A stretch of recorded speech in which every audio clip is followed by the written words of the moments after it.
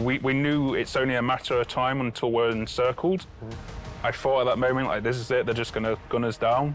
He took his police baton that he had and smacked me round the head with it, and then just continued to beat me. He was threatening to cut off my ear if I didn't tell him who were my commanders. And that's when he turned around to me and said, international law doesn't exist here.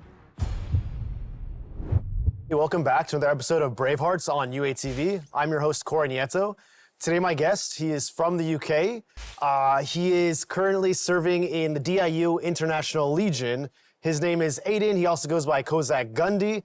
Kozak Gundy, or Aiden, how are you? Thank you for letting me be here. No, it's always a pleasure chatting with you, man. And I'm glad you can stop by for this episode of Bravehearts. Pleasure. Yeah, so let's get right into it, okay? So can you tell me about your military experience? Because you had some military experience. I believe you were with the YPG, right? Yeah, so I think I would have to rewind it so people don't get confused, because my whole past 10 years was quite a lot to fill. So before 2015, I was a civilian. I had no interest in joining the military. I worked in support work and also I worked in security. Fast forward to 2014, with the rise of ISIS in the Middle East and all the atrocities that started coming to light from them, I grew increasingly frustrated with the way the international scene was responding to that threat. And I decided that instead of like staying at home getting frustrated at the lack of no one helping, I decided that I would go out to Syria to at least do something rather than complain about it at home. And I'd learned about a group out there that could help me facilitate that, to go help defend people against ISIS. And then I left Syria in 2017 and went back to the UK. I tried to adjust to a normal civilian life again, but I was still struggling a lot, especially like when you've just come from that sort of environment. And I knew Ukraine had just recently, they allowed foreigners to serve in the Ukrainian military.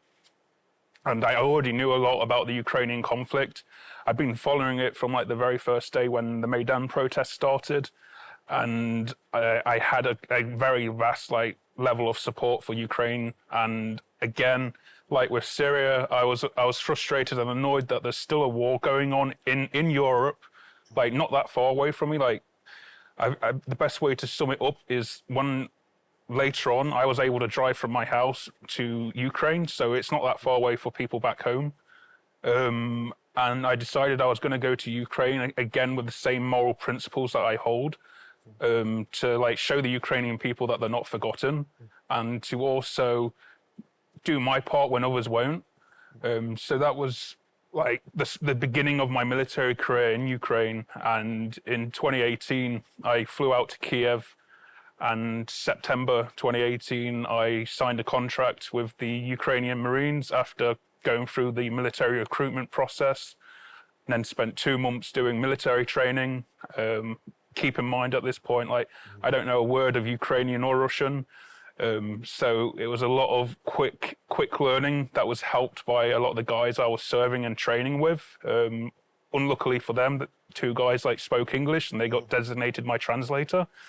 But I became really good friends with them and we served together for a while. And eventually, later on in my military career, I transferred to the 1st Marine Battalion of the 36th Marine Brigade. And for the next four years, I served in that battalion. Initially, I was in DCR, otherwise known as Air Assault Company. Became like one of the first foreigners to earn my parachute wings, earned my Marine Beret. And then later on, I transferred to the mortar company on the 120mm mortar. And fast forwarding it to in the build-up to the invasion, we had recently been deployed to Pavlopol, which was our designated like frontline area where we'd been for the past 4 years. And we kind of like had a sense for like what was going to happen at some point. Okay. And I know that you were with Sean Pinner, right? Yes. Was this with the Ukrainian Marines or? So with Sean, I first met him back in late 2016 when I was making my second trip to Syria. We met each other in a safe house in North Iraq. and then we were smuggled across the border together, and we spent some time together there. And after that, like, we became like really good friends. And then when I came to Ukraine, like, he came, he like met his wife here, and eventually he went on to be an instructor in the National Guard, and I went to the Ukrainian Marines. And at some point, I can't remember the day exactly, he decided to join the Ukrainian Marines, came to our unit, and we continued to serve together once again, alongside like a few other like foreigners. And we became really good friends. At one point, he was our commander because he got promoted and was made like team leader of our section. And by the time the build-up to the invasion was coming around, because I was in mortars, the neighbouring company, we were still in the same like area, but I was with my mortar unit and he was with the air assault unit, so we were still like in the vicinity of each other. And then obviously when we got to Mariupol after the retreat, we managed to somehow stay in contact through like very loose like forms of communication, such as like there was one instance where I like wrote on a post-it note to give to someone from his unit to like send it to him just to let him know his wife was safe. And like since we've like been released from captivity, like we're still good friends. We still talk to each other. Like we still keep like pretty much in contact. Sean is an amazing guy. He has an amazing story. And also he wrote a book just like you. Yeah. It's Live, Fight, Survive. And you have a book, Putin's Prisoner, right? Yeah. And I've yet to get your book yet. Once I get it, I would love for you to sign it as well, man. Of course. Yeah, so let's talk about the build-up to the full-scale invasion in 2022. You were in Mariupol, correct? Yeah, so we're in the Mariupol region. We were approximately like east of Mariupol, probably like 30 minutes down the road. Based in the village of Pavlopol. We'd been deployed there, I think, at the end of November 2021, and we previously were deployed there back in the previous year and also 2019. So we knew the area very well. We knew the region, geographic like features of the area, and I think when we got there, like at like late November, even though it wasn't as intense with like the geopolitics at the time with like what was going to happen, I think there was a part of me that knew like this was coming, especially like when we look back to late October that year in 2021. The Russian forces were using the artillery system, which was again a violation of the so-called ceasefire. So I knew like late October that this was going to lead to something a lot more severe and it's going to escalate. Late October, we had the instance where the Russian side were using artillery in violation. The Ukrainians have it on camera in response due to failed communications that had been set up to try and de-escalate. Ukraine destroyed that artillery piece with the like lowest wheeled missile that they had. And in response, the geopolitical scene from Russia started escalating. A month after that incident, that's when we started seeing all these Russian echelons, like from Russia, being relocated from the far reaches of Russia to the Ukrainian border. And day after day, it just kept on building, like it didn't stop. And I think by the middle of December, that was when I made the conclusion that, like, the invasion's going to come. Like, it's no longer a matter of if, it's a matter of when. And carrying on into the new year in 2022, the scene hadn't stopped. They were still sending troops. Where were you getting your information from? From your commanders or from media? So a lot of my information was just from social media in general, like what was open source. Again, like the Russian side of like military secrets or movement wasn't really secret because everyone was posting about it. The civilians that were seeing the military trains like transport like hundreds and hundreds of like troops, vehicles and stuff. And then obviously there was the movement of the medical vehicles, like hundreds and probably thousands of like medical equipment. And it was at that moment that I realized like this isn't like a scare tactic. It's not training. Like they're preparing for casualties. And I think it was like just before the invasion in the week building up to it, the the front line was pretty quiet, so to speak, for us. The Russian side had been trying to provocate us into like returning fire, but we couldn't return fire. We had restrictions in place. There was a lot of incentive for us not to return fire, just because of the fact that if a position is quiet and then you receive a bonus, so there was a big incentive for the Ukrainian side not to fire, and the presence of the overseer at the time was quite a lot. You would always see their drones all over the place. And it was probably like the last few days before the big invasion that the artillery started to pick up along the front line. And a lot of people, when they were tracking what was going on in Ukraine at the time, they would have seen the Grad artillery being used in Luhansk. And it just started to get more severe from that point.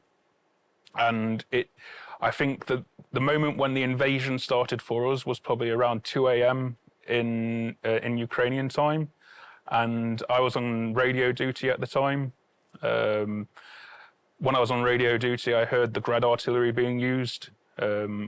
And from that moment on, that's when the invasion started. But little did I know at the time, I didn't realize the scale of the invasion. Do you feel like you were adequately supplied for this type of invasion? I'd say we were adequately, like we were prepared for it, like we knew it was coming. We just, like, me personally, I just didn't expect it to be as large of an invasion as they did, just for my own like logical like viewpoint, with it being completely a crazy idea that only a madman can make. Mm-hmm. And okay, so they invade, and right away they're making a big push towards Mariupol, right? So initially, on the first day, we had to relocate because the terrain we were on was unimaginable to defend properly. So we tactically relocated like day after day until we reached Mariupol on the I think it was like the last day of February, and by the 10th of March we were encircled, because not only were we fighting the Russian forces that were coming from us from our previous positions, we were also fighting the Russians that were coming from behind us, that were coming from Crimea. So we knew it's only a matter of time until we're encircled. Mm-hmm. And the fighting there was very severe. Myself personally, once we got to Mariupol, I didn't do any fighting per se. I mainly helped with my unit with the ammunition and making sure the guys get what they need. Mm-hmm.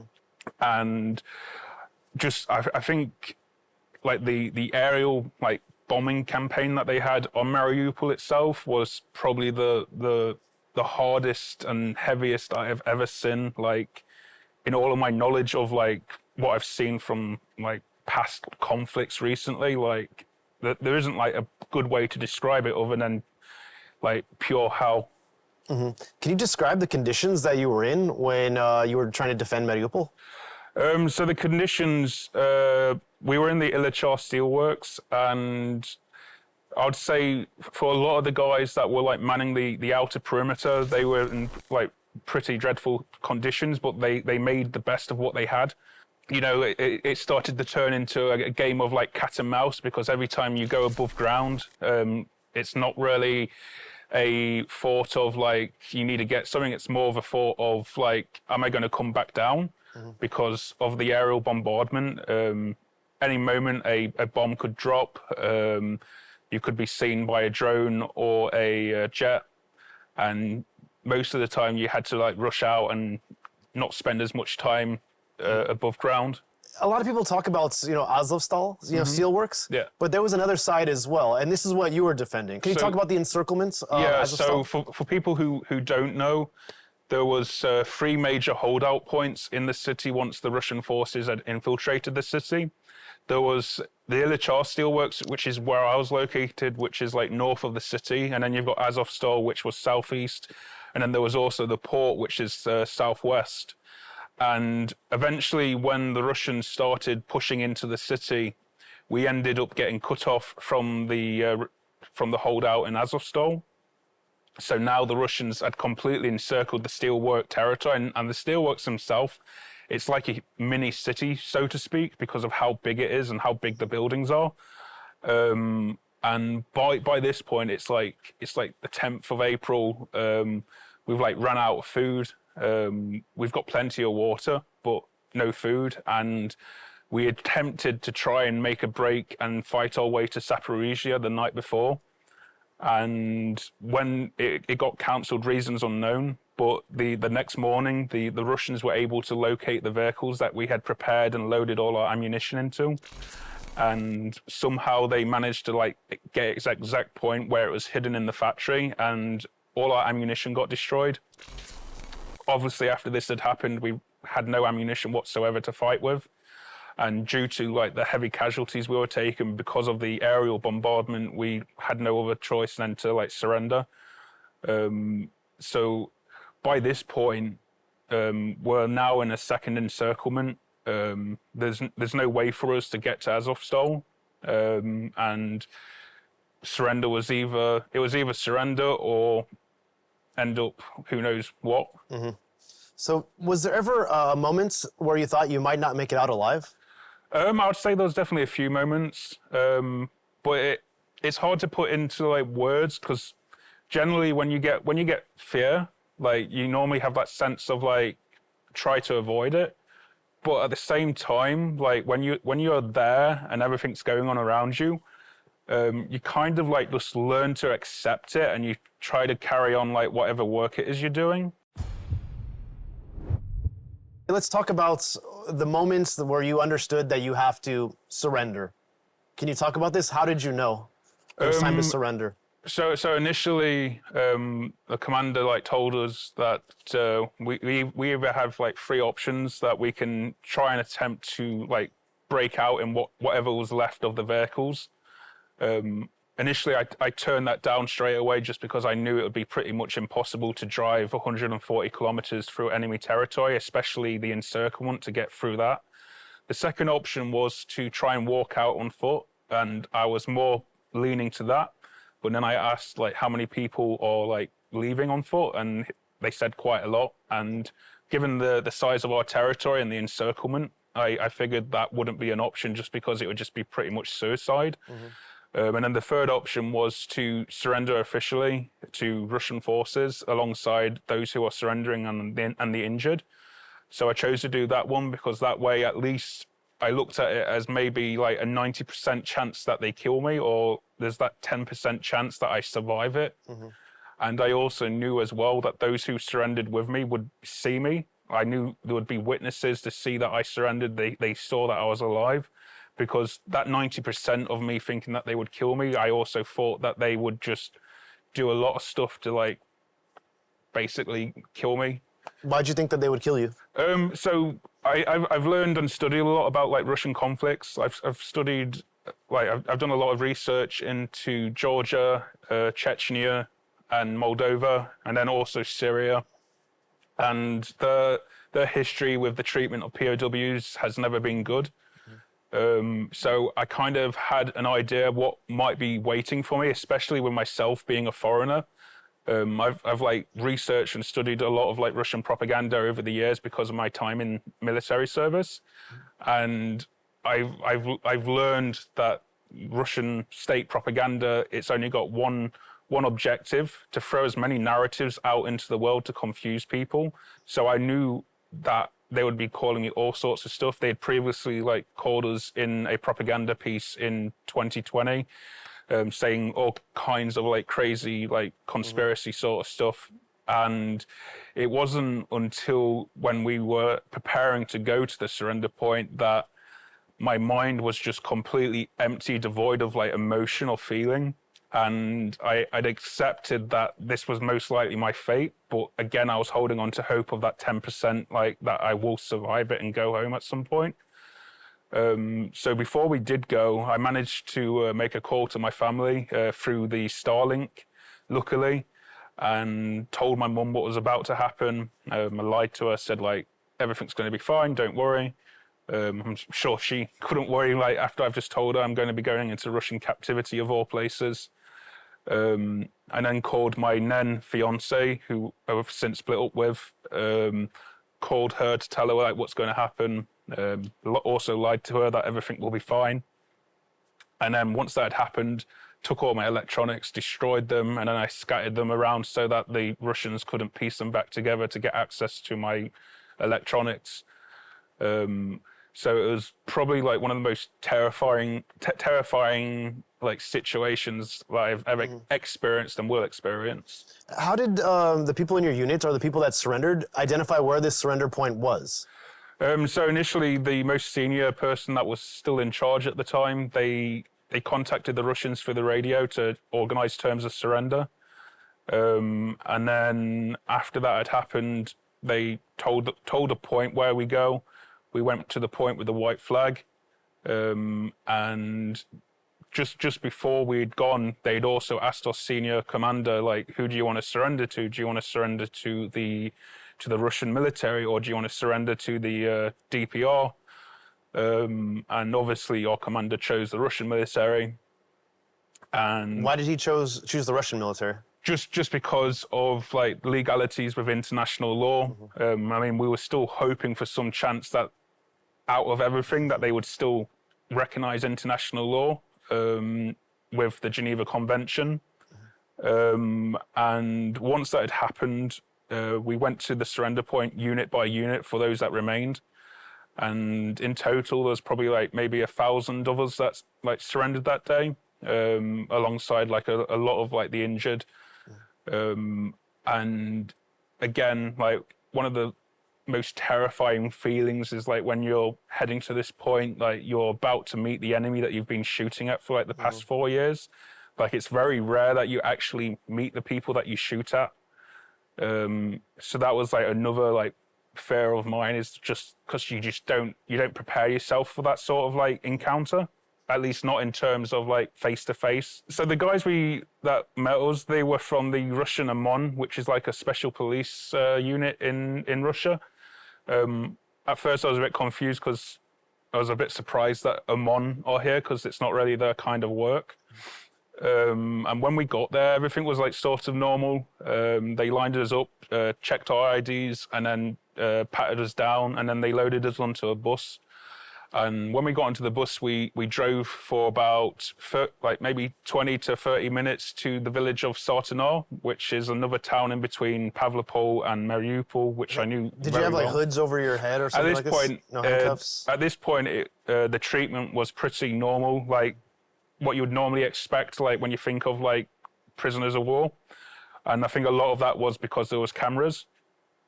So once we got onto the bus and we drove to Sartanar, we drove into one of the agricultural warehouses near the local Nova Posta, which I'd frequented like over the past 4 years.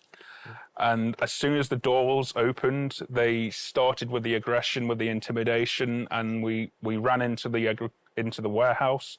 We were then lined up against the wall, and as I was like running up against the wall, I remember seeing what I thought looked like bullet holes. And I thought at that moment, like, this is it, they're just gonna gun us down.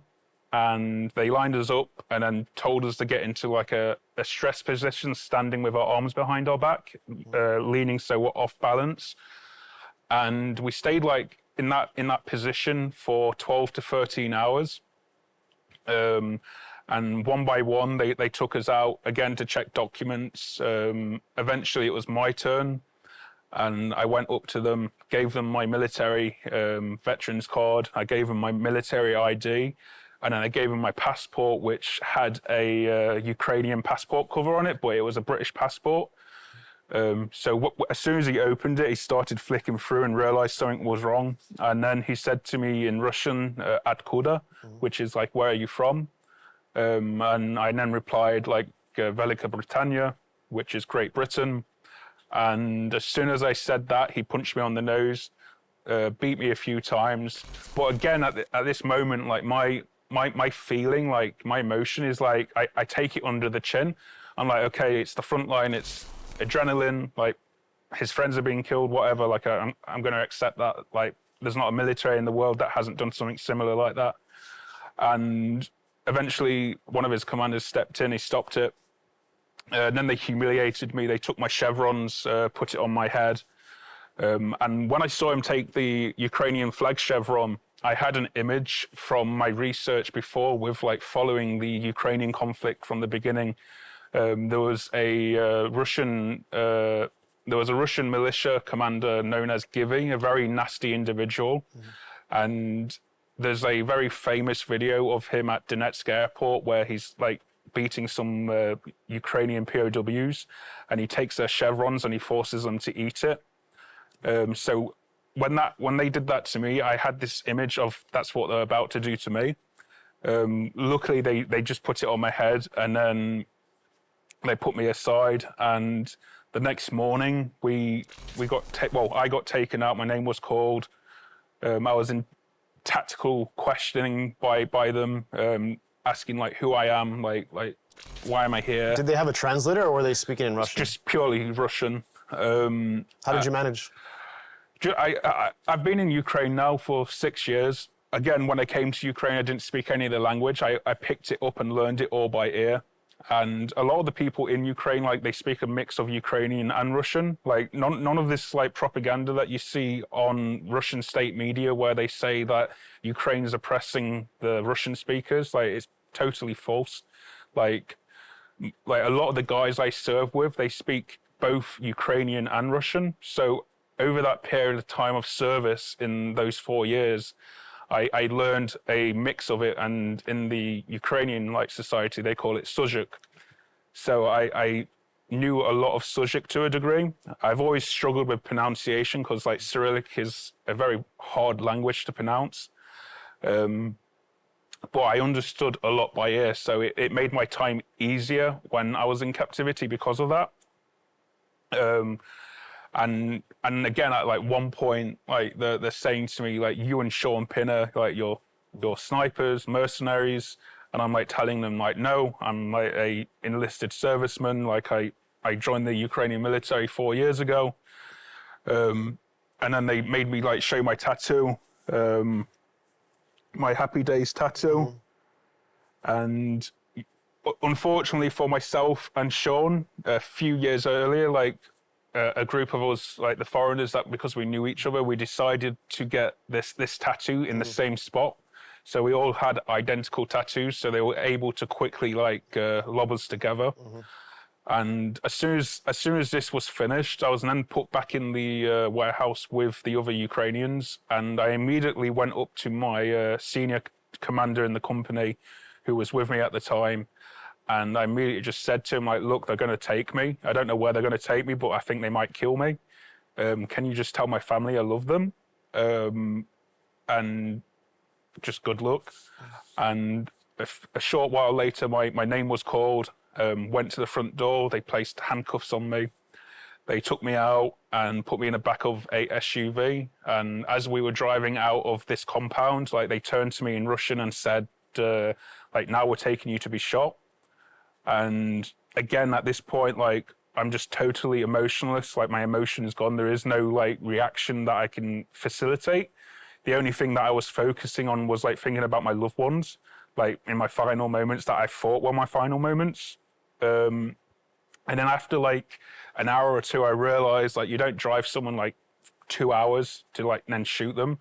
So I figured I am now going to the next stage of captivity, and I was trying to prepare myself for what I knew was coming, especially with what I'd witnessed already.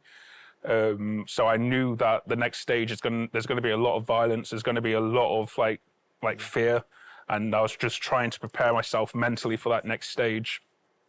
We eventually arrived to Donetsk, and once we arrived, I was taken out of the back of the SUV, and they took the handcuffs on, and just out of sort of respect and also fear, like I put my hands immediately behind my back, just to show that I'm like being submissive, like. And there was a guy in a blue like camouflage like uniform like stood in front of me, and he stunk of alcohol, and he said something to me, but I couldn't understand it because his accent was like really thick in Russian. And me being me, I politely asked him in Russian if he could repeat. But because, again, I used Suzyk as well, I used Ukrainian words. And as soon as I said that, like, he took his police baton that he had and smacked me round the head with it, and then just continued to beat me. I fell to the floor, and then he like picked me up and then dragged me into the building. And for the next 3 hours, I was beaten. I got knocked unconscious.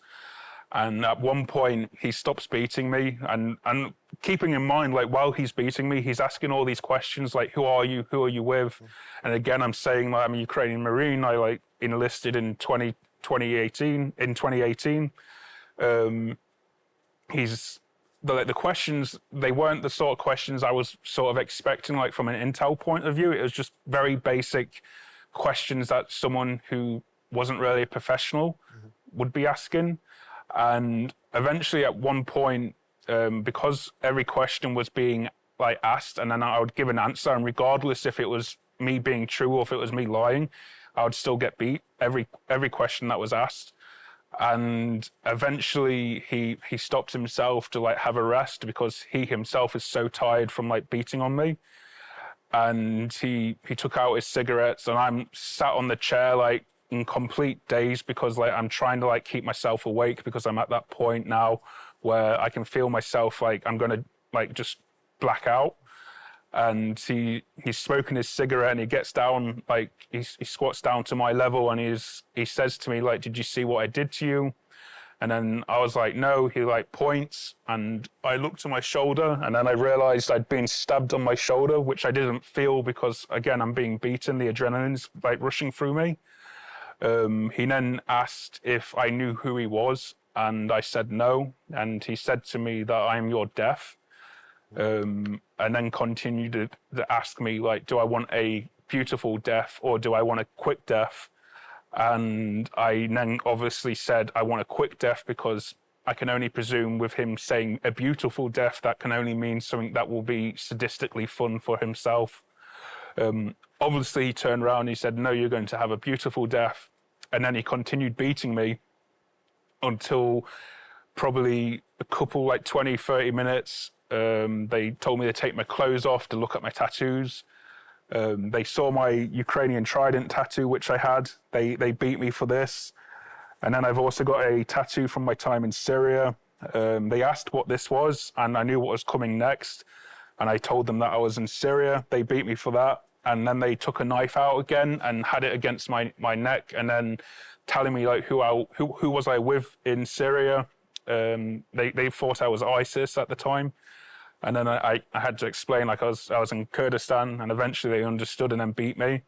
Because the problem geopolitically with Syria and that whole charade is like for those that don't know, the Russians, they support the Syrian regime, and the Kurds, that they're more of a neutral sort of like position, so to speak, but they're backed by the Americans. Like the American coalition like helped them significantly with like airstrikes and stuff.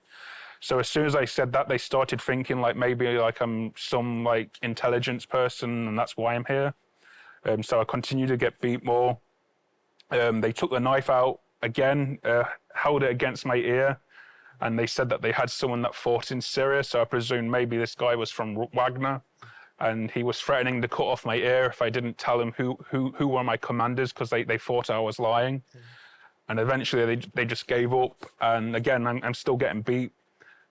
I lose consciousness for like a very few moments and regain. I get beat again. And eventually it stops.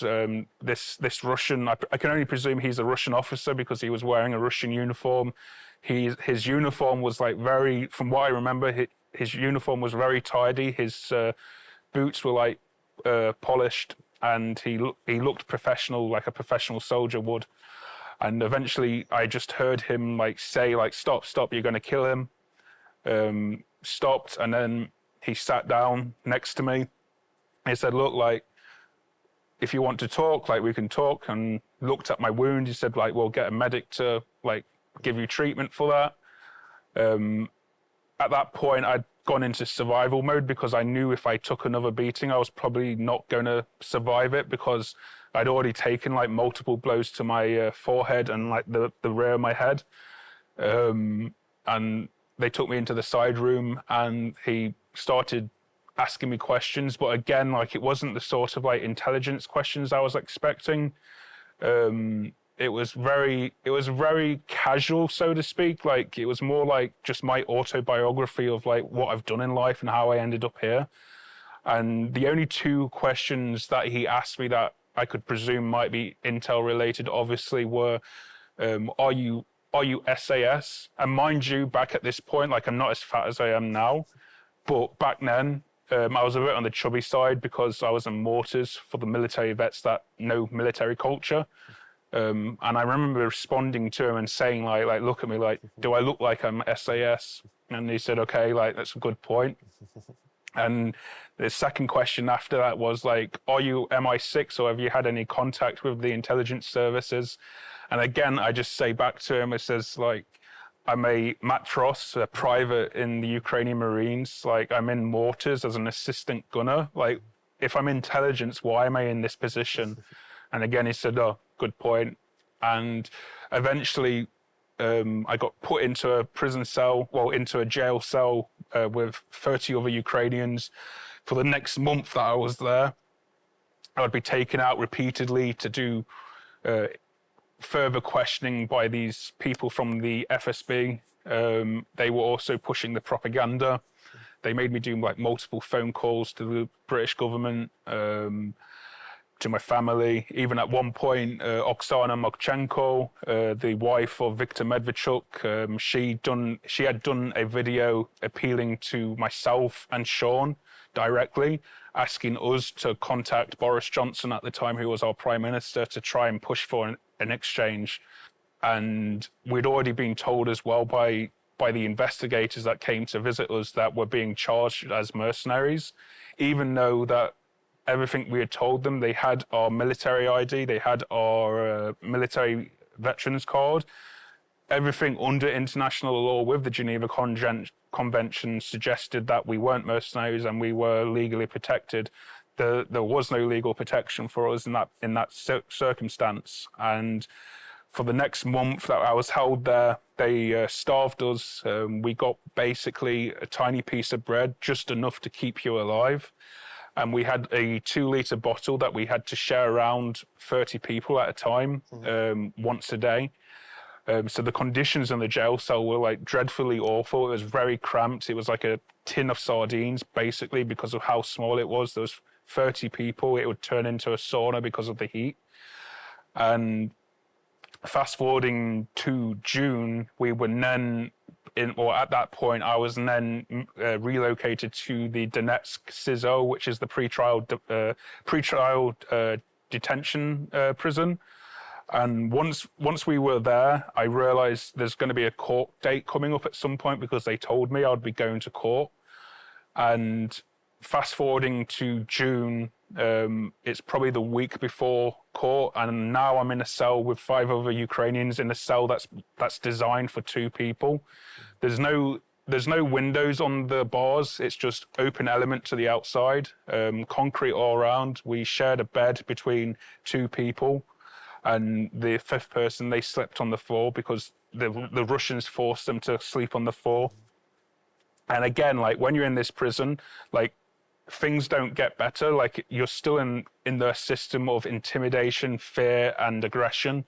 When you arrive to this prison, they put a bag on your head, and you basically have to crawl from where you come and go to your prison cell crawling on the floor. But the difference is, while you're crawling on the floor, the Russians, they're beating you with a prison stick, and you have to listen to the commands of where to go because, again, you're blinded, you've got a hood on your head. And just going back to the week before the court date, we knew that we most likely possibly faced the death sentence because they had spoken about it on the propaganda radio that was always blaring 24/7. And in the days leading up to this court date, we had a new arrival in the prison that arrived. And I remember at the time, we didn't really pay too much attention to it because we got used to the sound of people being tortured as they were like being brought to the cell. So by that point, as dark as it sounds, it's normal for us to like just hear people like screaming in pain and terror. So we knew there was a new arrival coming, and we didn't pay much attention to it until like 30 minutes had passed, and the guy was like still screaming, and we knew something was different this time. And eventually he got to the cell, and the guard was like telling him the rules of the prison. He then told the guys that he was with, like cleaning up, like get him sorted, help him learn the anthem. Because when you're in this prison, like everyone has to learn the Russian anthem. You don't have a choice. If you don't learn it, they beat you. So this prison was designed to take any pride or any patriotic feeling that you had and just get rid of it completely. And when he'd finished telling him these rules for the prison, he asked him, like, do you understand? And there was no response. And he, in aggressive like voice, he said to him, like, what are you? Are you sleeping? And then he started to beat him again. And all we can hear is just silence. There's no like vocal response from like any grunts or like grunting or pain. And it's just the sound of him just hitting a body. So we knew at that point, like we just stood in fear and dread on our face because we know what's happened. And eventually he finished, he closed the door, and we don't say anything to each other. Like we know what's happened. And then probably 5 minutes go by, and all we hear is banging on the cell door. And the guys that were in the cell next to us, they were shouting for the prison guard that was meant to be on duty. He wasn't on duty. He had wandered off the block. And probably like 20 minutes later, he came back and he asked them what the problem is. And they said that the new guy, like he's not breathing, like he's got no pulse. And he said, okay, went back away. And again, after 10, 15 minutes, the medic came. And bearing in mind, like, because I've been out so many times to do both propaganda, to be taken to court, to be taken to the investigator's office, I knew exactly where the medical office was. Because when I arrived, I did the crawl, and it must have been like 150 meters. But also when I had been taken out of the prison, it was that same route that we went when I first arrived, and I knew that we went through the processing area, which is where the medical office is. So the medical office was only 150 meters from where the guy who needed a medic was, and it took them 20 minutes for the medic to arrive. And when she did arrive, they again spent a lot of time like just taking the prisoners out and putting them into another cell. And then eventually we just heard the medic like say, she asked someone what the time is, and then she said time of death, like at that time. So it wasn't the time that he died. He had died like waiting for a medic to get medical assistance. Wow. So there's a lot of like sadistic individuals that I met there that just have pure hatred for the opposing human. And again, like there's just so much I can continue to speak, but I don't want to take up all the time, so I'll let you ask. No, it's fine. So you were in the DNR. They sentenced you to death. And then a bit later, they came to an agreement to exchange Viktor Medvedchuk for you, Sean, some other foreigners, as well as some Ukrainians. Yeah. How did you find out about this, and what was your immediate reaction? So again, like previously, like in the first week of our captivity, the first thing that they were trying to push for was for us to be exchanged for Viktor Medvedchuk, like myself and Sean Pinner. At this point, it was just me and Sean that they wanted for Viktor Medvedchuk.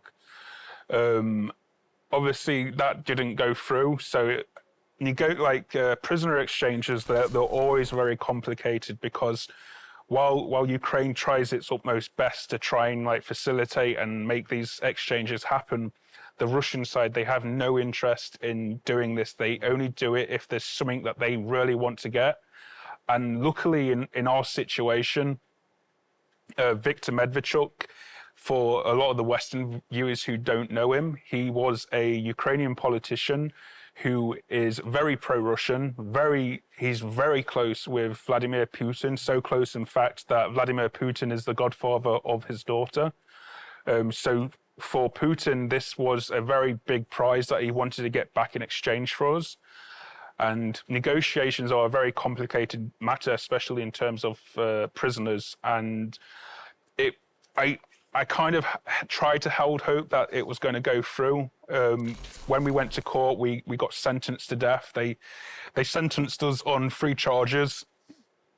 They did terrorist weapons training because I had gone through military boot camp. The second charge was mercenaryism, which, unlike what Russian propaganda says, only carries a penalty of 7 years in prison. And then the third charge was attempting to overthrow the Donetsk constitution.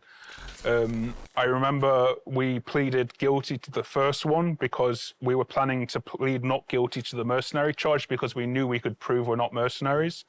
We pled not guilty to the mercenary charge and pled guilty to the third one because we both, like me and Sean and Ibrahim, we knew that if we pleaded not guilty to the mercenary charge, and we managed to like show them that we're not mercenaries, and then the other charges just fall apart because of international law. And we said not guilty to the mercenary one. The whole court went into a sort of ruckus. Like, people were obviously dissatisfied with what we had said. And our lawyer at the time that we had been appointed, who was supposedly like meant to be defending us, but he seemed a lot more like a prosecutor. I remember seeing him gesturing to me like, why did you say that?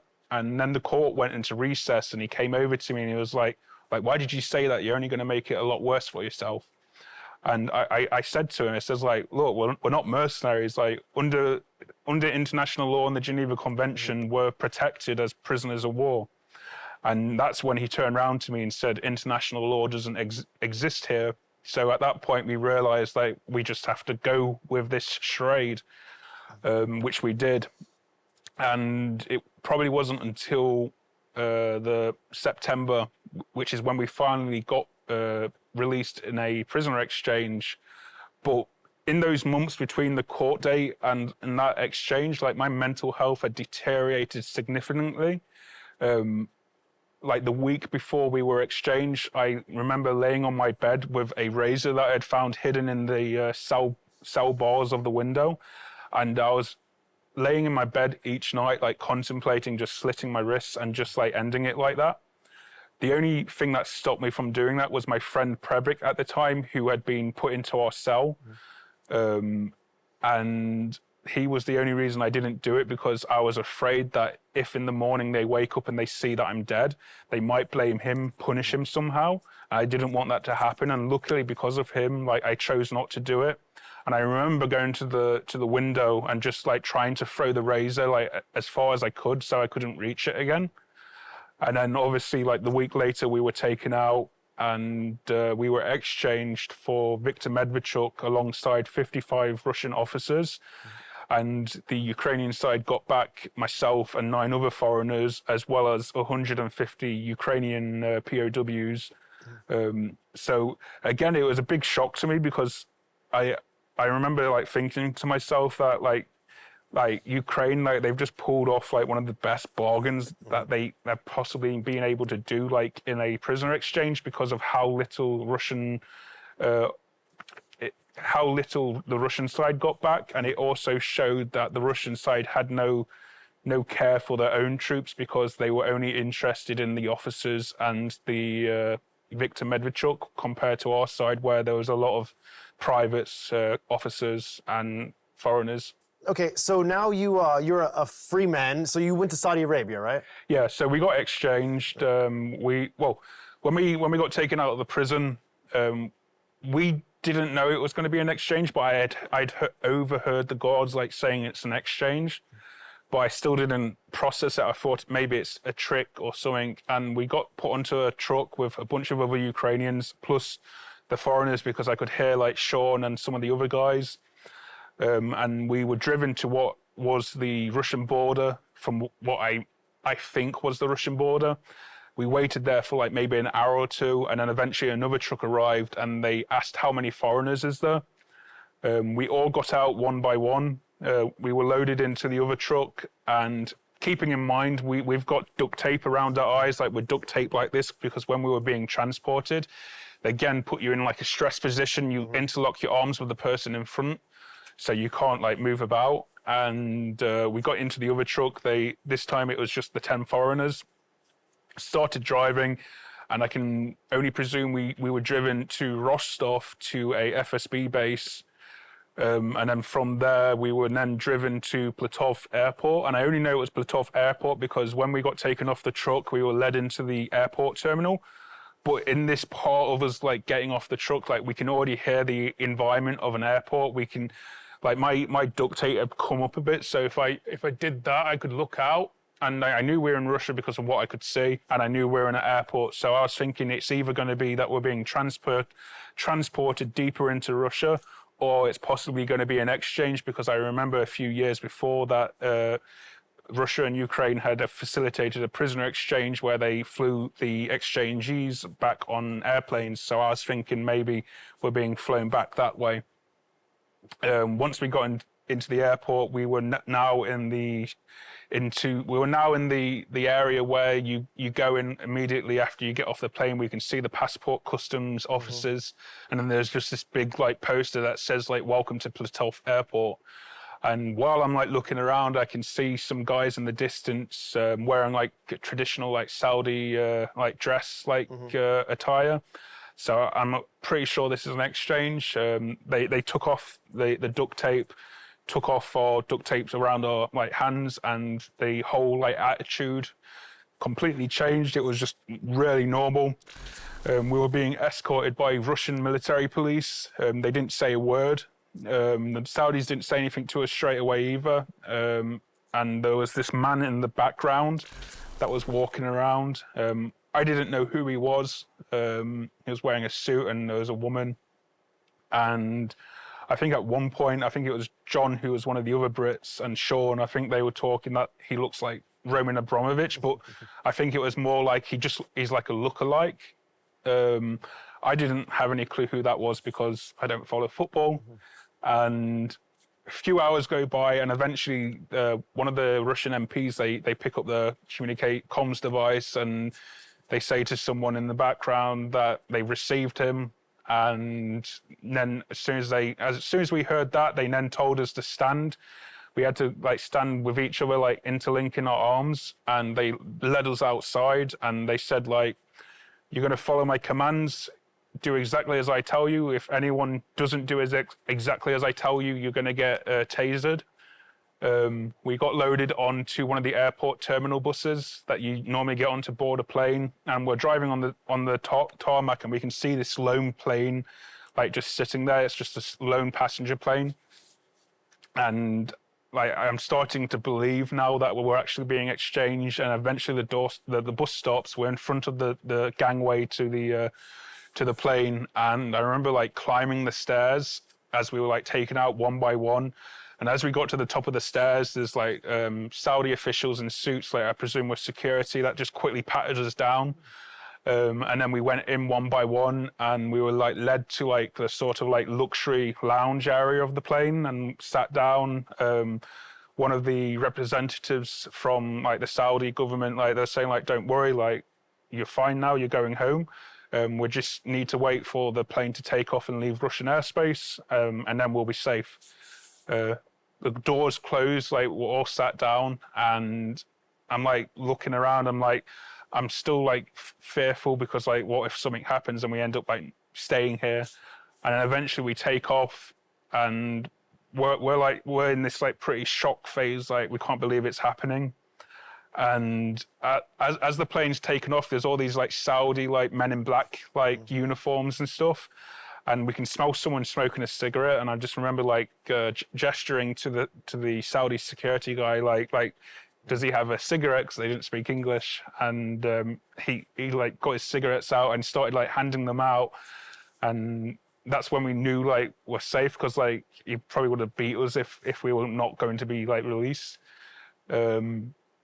And then we eventually left like Russian airspace, and they told us that we'll be like landing in Riyadh in a couple of hours, and then you'll be taken to a hospital and all that.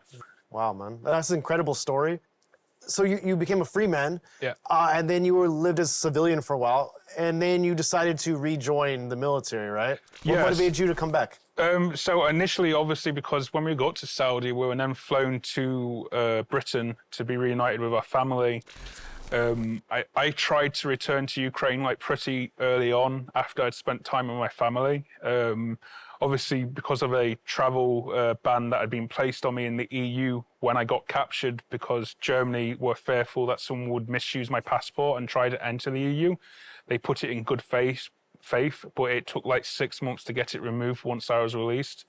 As soon as it was released, I drove to Ukraine in my car, went and reported to my battalion to like do the paperwork for after captivity, and eventually a month later, when I quickly went back to Britain, I came back.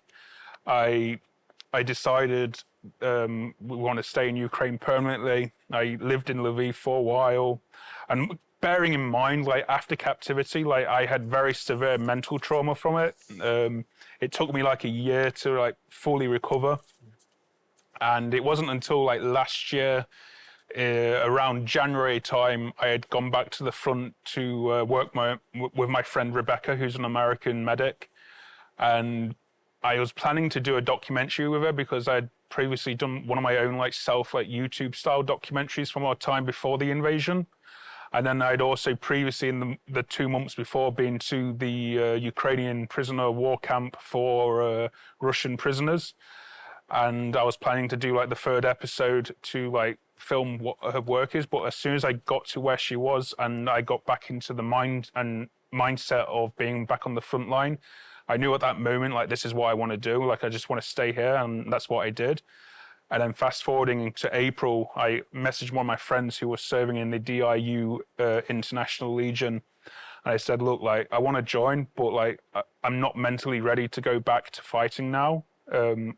Like, again, I've like suffered with like multiple issues. Like one of the biggest ones was stress eating because of the starvation, panic attacks and stuff. And I said to him, like, can you like find me a position where I can still help Ukraine and still do something, because I miss the military. Like, I've lived it for 4 years.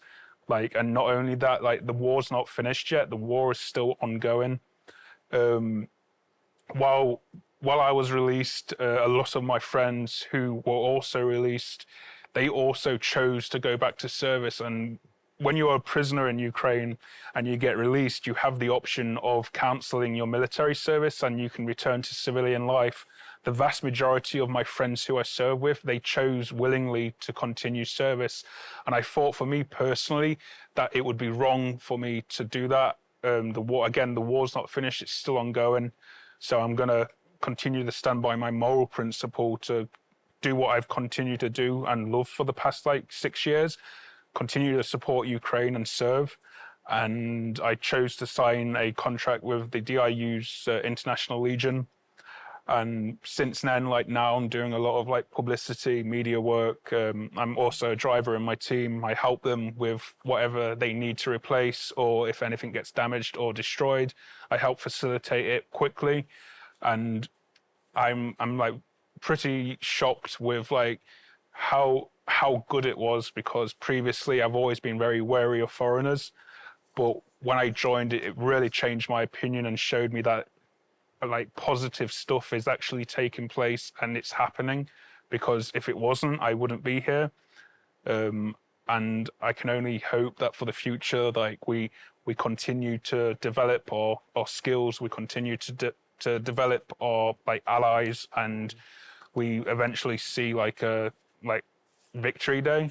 You know, it's really great that you're still here in Ukraine and your job is not done. So yeah, thanks for having a chat with us. I wish we had more time, Aiden, because you have an incredible story, and I hope to get your book one day. Thank you. Putin's Prisoner, for anybody out there that wants to purchase a book. So thank you so much, Aiden, for joining us. Continue doing what you're doing. Stay safe. Slava Ukraini. Героям слава.